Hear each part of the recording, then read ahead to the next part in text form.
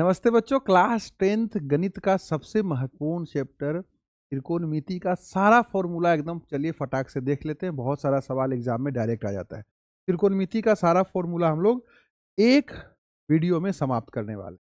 ठीक है भाई, चलिए शुरू करते हैं।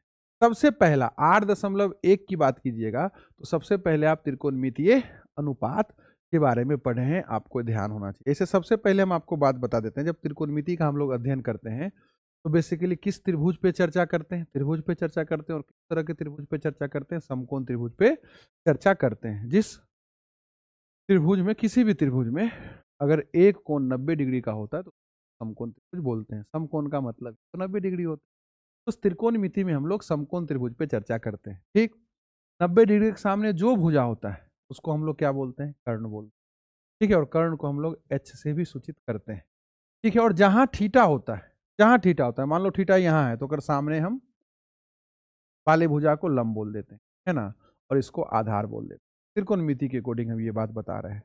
तो समकोण त्रिभुज से जुड़ा हुआ एक प्रमेय क्या है? पाइथागोरस प्रमेय। क्या कहता है? कर्ण का स्क्वायर बराबर लंब स्क्वायर प्लस आधार का स्क्वायर। ठीक है, आधार को बी से आप सूचित कर सकते हैं और लंब को से सूचित किया जाता है। ठीक बात। त्रिकोणमिति में हम लोग समकोण चर्चा करते हैं। कोई भी समकोण त्रिभुज है तो उसके तीन भुजा को हम लोग कर्ण, आधार और लंब बोलते हैं। कर्ण को एच से, आधार को बी से और लंब को पी से हम सूचित कर सकते हैं। कोई भी समकोण त्रिभुज है तो वहां पाइथागोरस प्रमेय काम करता है, जो एच स्क्वायर बराबर p square plus b square हो जाता है। और अब सबसे पहला टॉपिक जो 8.1 में कवर किया गया है वो त्रिकोणमितीय अनुपात है। त्रिकोणमितीय अनुपात में कौन कौन सा फॉर्मूला आएगा? सबसे पहला फॉर्मूला आता है साइन थीटा। साइन थीटा का मतलब क्या होता है बेटा? पी बटा एच, मतलब लंब बटा कर्ण, ध्यान रखना। कॉस थीटा का क्या मतलब है? पी बटा एच, अर्थात आधार बटा कर्ण। तीसरा फॉर्मूला क्या है? टेन थीटा, मतलब पी बटा बी। बस यही तीन आपको याद रखना है। उसके बाद क्या होता है? कोसेक थीटा साइन का उल्टा होता है, यानी जो कोसेक थीटा का मान होगा वो साइन का उल्टा होगा। ठीक, तो साइन थीटा का क्या मान है? पी बटा एच। तो कोसेक थीटा का क्या मान होगा? एच बटा पी। कहानी खत्म। ठीक उसी प्रकार अगर आप आगे बढ़िएगा तो सेक थीटा होता है कोस का उल्टा, याद रखना। तो सेक थीटा किसका उल्टा होता है बेटा? कोस का। तो कोस का क्या फॉर्मूला था? पी बटा एच। तो जस्ट इसका उल्टा कर दो, एच बटा बी तुम्हारा अनुपात में सेक का हो जाए। और उसी कोट के अगर उल्टा है टेन का, याद रखना। दोनों एक दूसरे का रेसिप्रोकल होता है, व्युत्क्रम होता है, उल्टा होता है ना। तो टेन थीटा बराबर क्या होता है? पी बटा बी। तो ये हो जाएगा बी बाई पी। पता है समझ में? अच्छा, टेन थीटा का मतलब साइन थीटा बटे कॉस थीटा भी होता है, इस बात को भी याद रखना। और कोट थीटा का मतलब कॉस थीटा बटे साइन थीटा होता है। देखो सी से कोट तो सी से कोस ऊपर है, इस तरह से आप इसको याद रख सकते हैं। ठीक है, ये अनुपात का आपका सारा फॉर्मूला है, आप इसको याद रखिएगा, काम देगा। हम लोग बिना समय गवाए आगे बढ़ते हैं। हालांकि इससे एक चीज और कनेक्ट कर सकते हैं कि जैसे साइन थीटा गुने कॉसेक थीटा बराबर एक होता है। ठीक है, इसलिए दोनों रेसिप्रोकल होता है। साइन कोसेक का उल्टा, कोसेक साइन का उल्टा, सिंपल। इसी तरह से कॉस थीटा गुने सेक थीटा बराबर एक होता है। ठीक इसी तरह आपका टेन थीटा गुने कॉट थीटा बराबर एक होता है। ये तीन कॉन्सेप्ट इसी का बेसिकली इसी से निकला है। मान लो इधर भाग में इधर जाके गुना, है ना। हालांकि इससे ये निकला है बेसिकली, लेकिन समझिए फॉर्मूला की हम बात कर रहे हैं। 8.2 में हम लोग कुछ विशेष कोणों का त्रिकोणमितीय अनुपात, मतलब बेसिकली त्रिकोणमितीय अनुपात क्या होता है? कोण का त्रिकोणमितीय, मतलब अपनी भाषा में बोले तो त्रिकोणमिति का टेबल हर बच्चा को याद होना चाहिए। याद करने का ट्रिक क्या हो सकता है? 2 मिनट का समय दीजिए, हम आपको समझा देते हैं। आप क्या कर सकते हैं? देखो, हमको किस कोण के बारे में पढ़ना है? हमको पढ़ना है जीरो कोण के बारे में। तब 0 डिग्री मान होगा थीटा का। 30 डिग्री के बारे में, 45 डिग्री के बारे में, 60 डिग्री के बारे में और 90, इतने 10th में पढ़ना है। हम लोग क्या कर सकते हैं? जो साइन का मान है उसको याद कर सकते हैं कि जी अगर साइन का मान 0 है तो ये 0 होगा, 30 है तो 1/2 होगा, 45 रहेगा तो 1/√2 होगा, 60 रहेगा तो √3/2 होगा, 90 रहेगा, 1 होगा। अगर आप इसको याद कर लेते हैं, ठीक, तो एक काम आपका यहाँ से हो जाएगा। दूसरा सर हम नहीं याद करेंगे। अगर आप इसको याद नहीं कीजिएगा, तो दूसरा तरीका क्या हो सकता है कि हम पहले लिखेंगे 0, फिर लिखेंगे 1, 2, 3, 4 लिख दिए, फिर नीचे लगा दो 4, 4, 4, 4 और सबका अंडर रूट समझना। याद कर रहे हो तो ठीक है, नहीं तो ऐसा कीजिए। अब 0/4 का मतलब क्या है? 0। और √0 का मतलब क्या है? 0। तो आ गया। अब 1/4 कट के 1/2 हो जाएगा। हो जाएगा 1 का वर्गमूल 1, 1 का वर्गमूल 1। अरे यार, रूट क्यों लगा रहे भाई? 1/4 को काहे काट रहे हैं? 1/4 कट के 1/2 होगा। 1/4 का सीधा वर्गमूल 1/2 हो जाएगा। नहीं हो जाएगा। 1 का वर्गमूल 1, 4 का वर्गमूल 2, कहानी खत्म। 2 और 4 ई कट के होगा 1/2। ई कट के क्या होगा? 1/2। 1 का वर्गमूल 1, 2 का वर्गमूल √2, यानी 1/√2। 3 और 4, तो 3 तो रूट के अंदर रह जाएगा, 4 का वर्गमूल 2 यानी √3/2। और 4/4 का मतलब 1 होता है, √1 का मतलब 1 होता है। इस तरह से साइन का वैल्यू आप ऐसे करके भी निकाल सकते हैं। ठीक।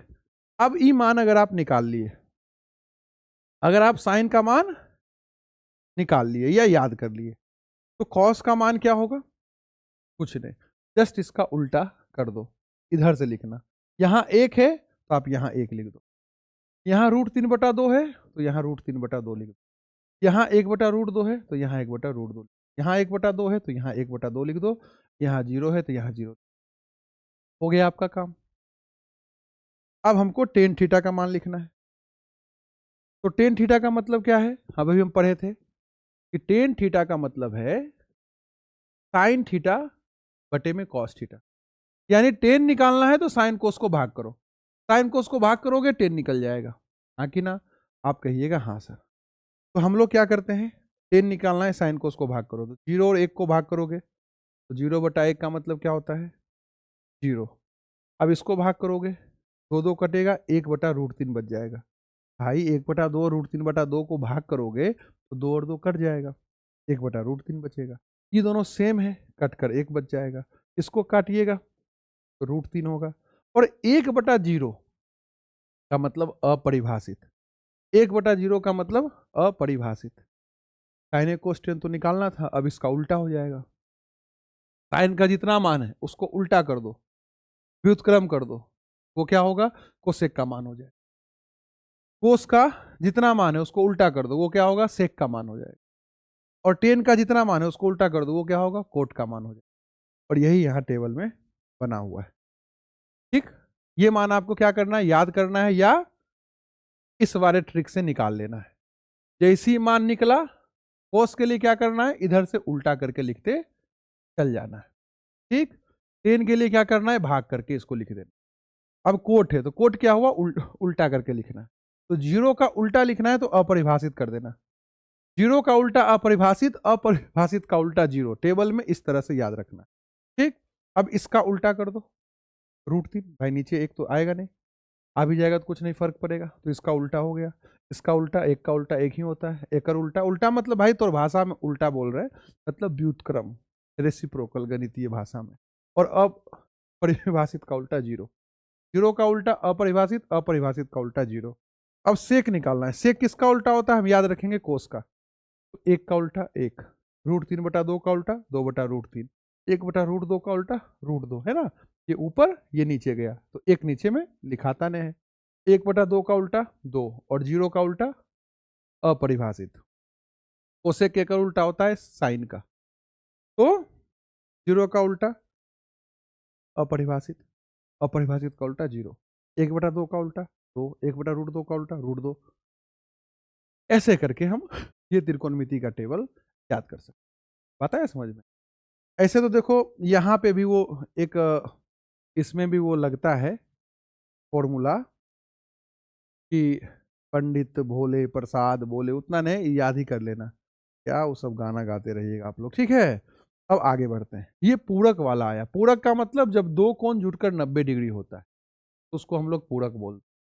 दो कोण का योग जब 90 डिग्री हो जाए तो उसको पूरक बोलते हैं। जैसे 60 डिग्री और 30 डिग्री दोनों 90 पुर रहा है, ये पूरक है।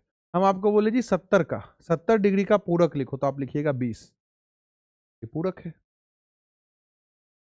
तो याद रखना है साइन 90 घटाओ थीटा कॉस थीटा, कॉस 90 घटाओ थीटा साइन थीटा, टेन 90 घटाओ थीटा कॉट थीटा, कोसेक 90 घटाओ थीटा सेक थीटा, सेक 90 घटाओ थीटा कोसेक थीटा, कोट 90 घटाओ थीटा टेन थीटा। और ये एग्जाम में डायरेक्ट एक सवाल आपका आता है ऑब्जेक्टिव में, इसको आप ध्यान रख सकते हैं। साइन का कोस से संबंध है, कोस का साइन से। पूरक में साइन कोस बन जाता है, कोस साइन बन जाता है। Tan cot cot tan, sec cosec cosec sec, याद रखना। ये दे देगा, ये ऑप्शन में आपको टिक लगाना। और आखिर में 8.4 के लिए ये 3 फॉर्मूला बेसिकली हमको पढ़ना था, जिसको हम लोग सर्व समीकाएं बोलते हैं त्रिकोणमिति।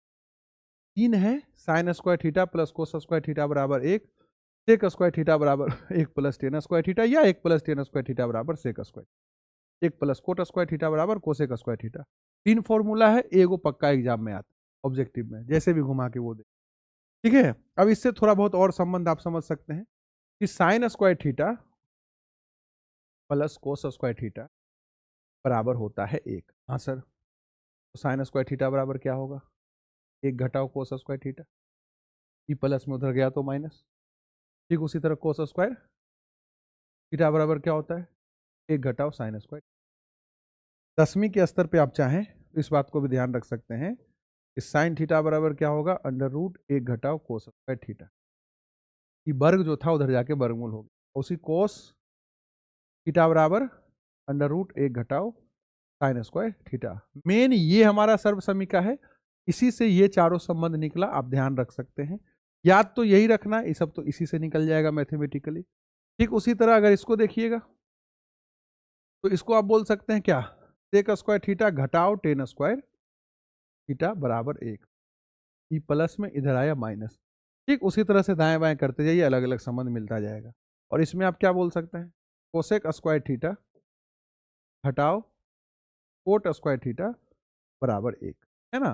ये प्लस में इधर आया तो माइनस, ये दोनों संबंध इससे बेसिकली निकल गया। यही आपका सारा फॉर्मूला है, आपको ध्यान रखना है। जय हिंद।